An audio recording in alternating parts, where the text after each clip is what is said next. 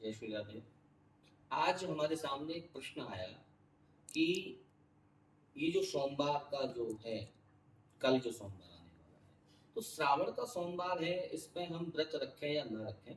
कुछ लोगों ने पहले व्रत रखा, कुछ नहीं रखा, तो थोड़ा सा निराकरण कर देते हैं सूक्ष्म में। हमारे यहाँ पर एक अधिक का महीना होता है। हर तीसरी साल में, हर तीसरी वर्ष में एक अधिक का महीना पड़ता है, जिसको हम लोग पुरुषोत्तम मास भी कहते हैं। वो महीना किसी भी महीने के साथ में पड़ सकता है, किसी भी महीने के बीच में आ सकता है तीसरे वर्ष में। अब की बात श्रावण का अधिक था, तो श्रावण अधिक का पहले प्रारंभिकता में आधा श्रावण का महीना, फिर पूरा एक अधिक का महीना, फिर अभी जो चल रहा है ये श्रावण का दूसरा पक्ष है, शुक्ल पक्ष चल रहा है, अभी श्रावण चल रहा है। तो इस मान के चले कि श्रावण का तीसरा सोमवार है। बीच में हमने जो अधिक के महीने के सोमवार के व्रत रखे थे, वो अधिक मास के 4 सोमवार के व्रत रखे थे।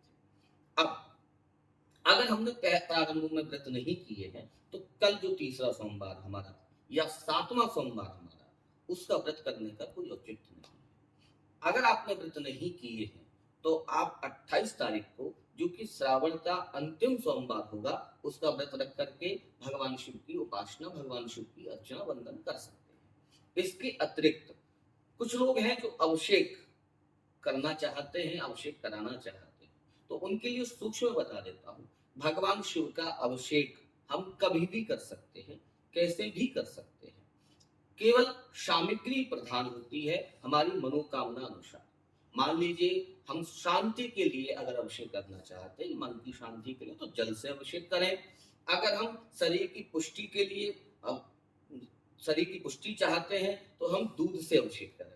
अगर हम यश की प्राप्ति चाहते हैं, तो इत्र, सुगंधित द्रव्य कोई भी आप ले लें, इत्र ले लें, कोई भी ले लें, गुलाब का इत्र है, चंदन का इत्र है, कदम का इत्र है, कोई भी एक इत्र लें, उसको जल में मिश्रित करें और जल में मिश्रित करके आप उस इत्र के साथ में भगवान शिव का अभिषेक करें। इसके अतिरिक्त अगर आप शरीर में शक्ति की चाहते हैं, अगर आप थोड़ी सी मिठास चाहते हैं, या आपकी व्यवहारिकता में कभी कोई मिठास चाहते हैं, तो फिर आप जल में शहद मिश्रित जल ले लीजिए, उसमें थोड़ा सा शहद मिला लीजिए, जितनी सामर्थ्य है उसके अनुसार, और आप इससे भगवान शिव का अभिषेक कर सकते हैं।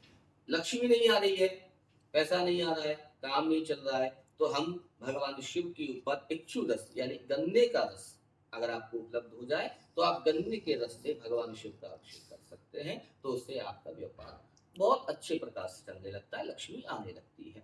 नाना प्रकार से मान लीजिए कोई शत्रु आपको परेशान कर रहा है, आजकल बहुत ऐसी स्थिति आती है कि हमें शत्रु परेशान कर रहे हैं, या किसी की मनोभावना ऐसी हो रही है, तो आप सरसों के तेल से भगवान शिव का अभिषेक कर सकते हैं। संतान की प्राप्ति नहीं हो रही है, कई बार ऐसा होता है, संतान होने में परेशानी होती है, तो दूर्वा के रस से भी आप भगवान शिव का अभिषेक कर सकते हैं, तो संतान की प्राप्ति होती है। इसी प्रकार से मैंने आपको सूक्ष्म बताया है।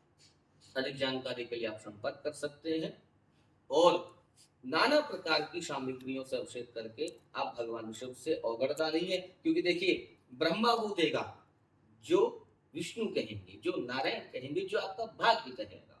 नारायण वो देंगे जो आपके भाग्य में है, लेकिन भगवान शिव अवगढ़दानी है, वो देंगे जो कोई नहीं दे सकता। और रामचरितमानस में गोस्वामी जी ने भी लिखा कि भावहि मैट सकहि त्रिपुरारी। भगवान शिव वो हैं जो आपके भाग्य को बदल सकते हैं, भगवान शिव वो हैं जो आपके भाग्य में नहीं है, वो भी आपको दे सकते हैं। इसलिए निश्चित होकर के भगवान शिव की शरण में जाइए, भगवान शिव की अर्चन वंदन अभिषेक करिए। इन्हीं शब्दों के साथ आज के लिए जय श्री राम।